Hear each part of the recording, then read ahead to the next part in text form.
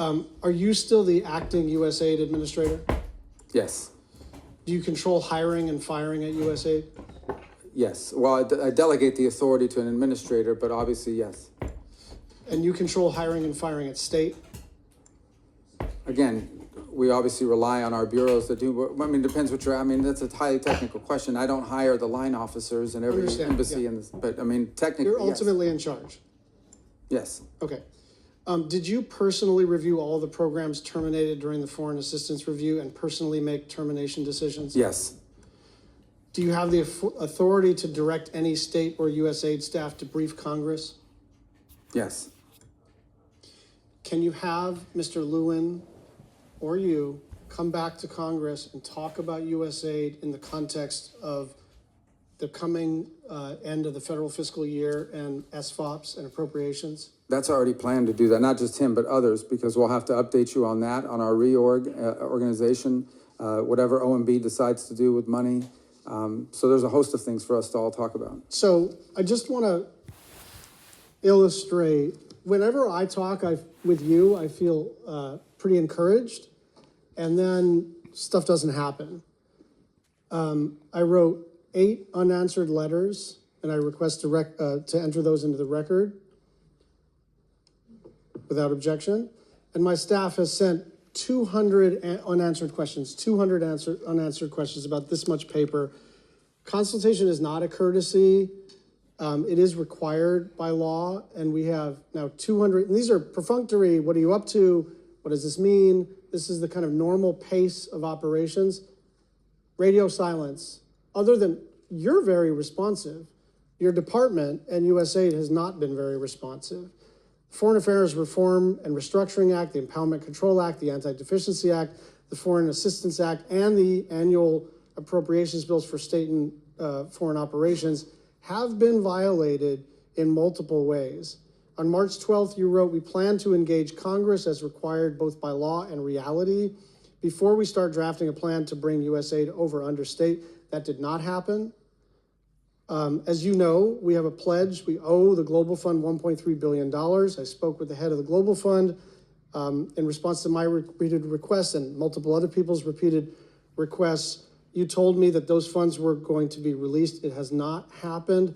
I'd just like you to respond to that. And again, I like you. I like our working relationship. But what is happening is we have a good conversation, and then I don't know. It seems to be getting sandbagged underneath you in this vast bureaucracy. Yeah, well, that's part of the reason why we want to reorganize, is to have less vast bureaucracy, but I wouldn't blame that on this. The first couple points, we believe and continue to believe that we have complied with the law on every step of the way, including through advising Congress of our roles, and even now with the reorganization. We've not issued a congressional notification yet. We issued a preliminary. We have taken input from members.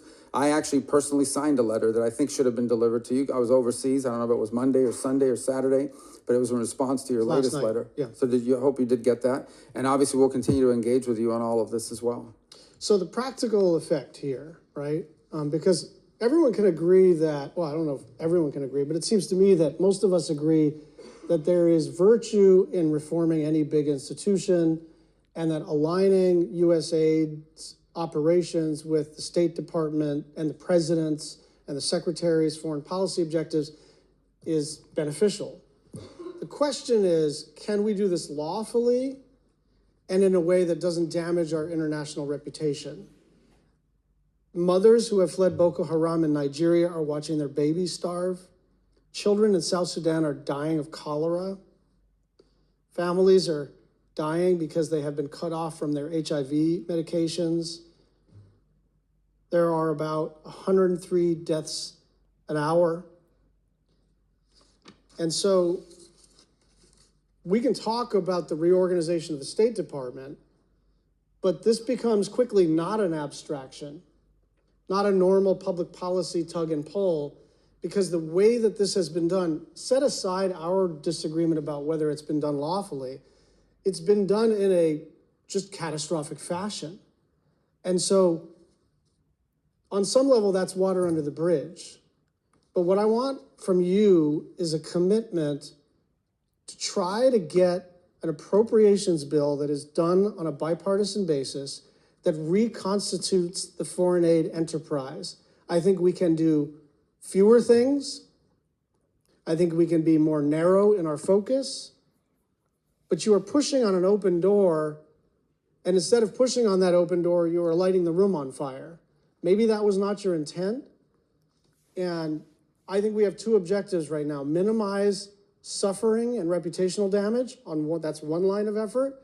And the other is, how do we get back to the regular order where we can do a bill together? And I'd like your thoughts in the remaining minute and a half. Yeah, well, first of all, that is the intent here, right, is to rebuild the foreign aid enterprise under the State Department. By the way, it's something multiple secretaries of states before me have wanted to do, because we want foreign aid to be a part of our diplomacy toolbox and our way we engage the world, not its own separate entity, but all of it coordinated one with the other.